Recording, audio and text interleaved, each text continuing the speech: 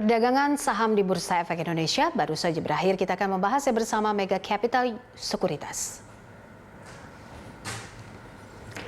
Untuk membahas bagaimana pergerakan IHSG untuk hari ini serta prospeknya esok, kita sudah terhubung bersama Lianto Sudarso, Head Investment Mega Capital Sekuritas.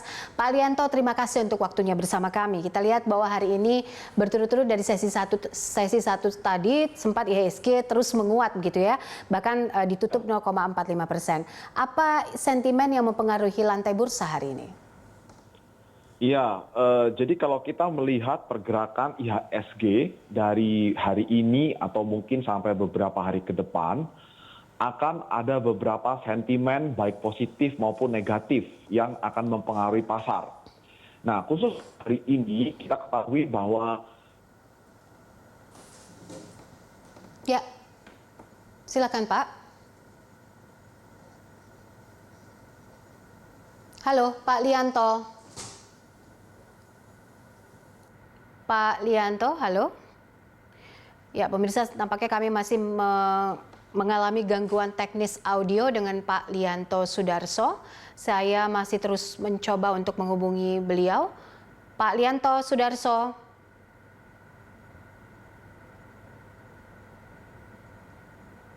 Ya, Pak Lianto.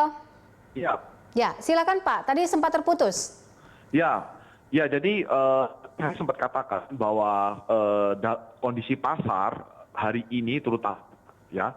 Jadi memang hari ini semua bursa termasuk IHSG dan juga bursa regional itu diperdagangkan positif karena adanya sentimen positif dari China.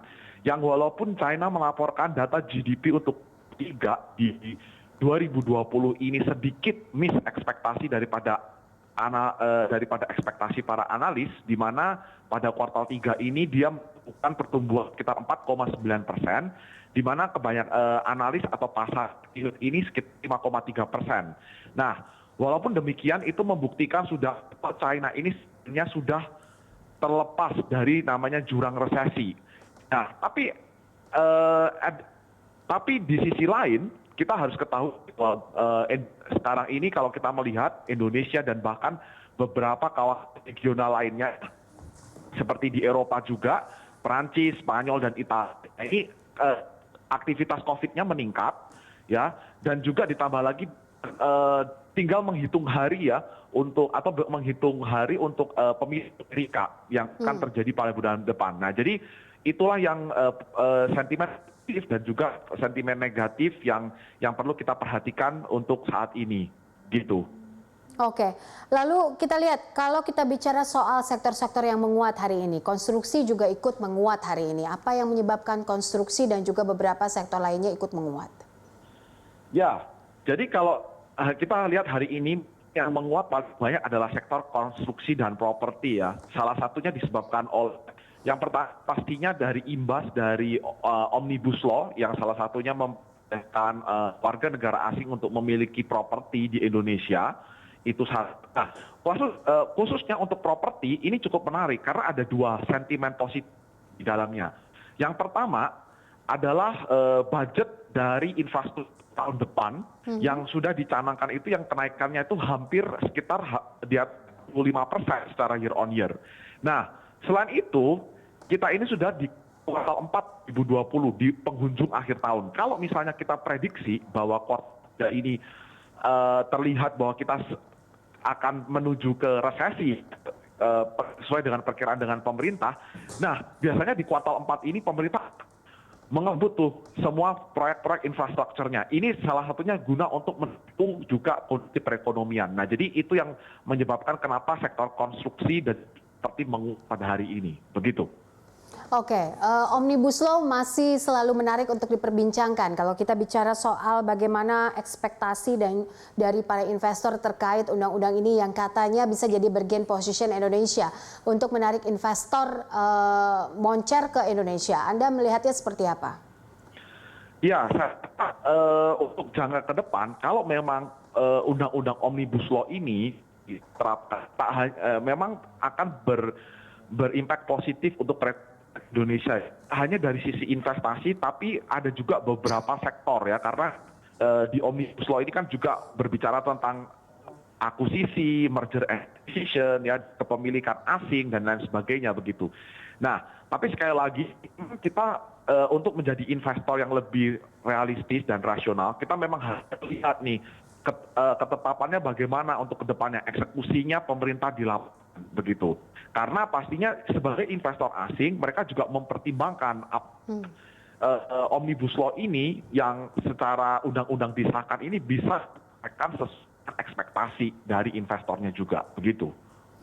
Oke, baik. Kemudian untuk emiten farmasi dan juga bagaimana kemungkinan untuk vaksin COVID-19 ini karena kita sudah memasuki kuartal 4 2020 artinya ini juga masih mengalami volatilitas baik secara global ataupun kondisi di Indonesia. Anda melihatnya seperti apa untuk emiten farmasi? Ya, dari pasar saham biasanya kondisi pasar saham itu bergerak 3-6 cepat daripada apa yang akan terjadi. Nah, jadi saya rasa penguatan yang sudah terjadi pada sektor-sektor farmasi beberapa minggu atau beberapa bulan yang lalu itu sudah merefleksikan bahwa kedepannya mereka akan tunjuk sebagai salah satu distributor untuk vaksin dari COVID-19.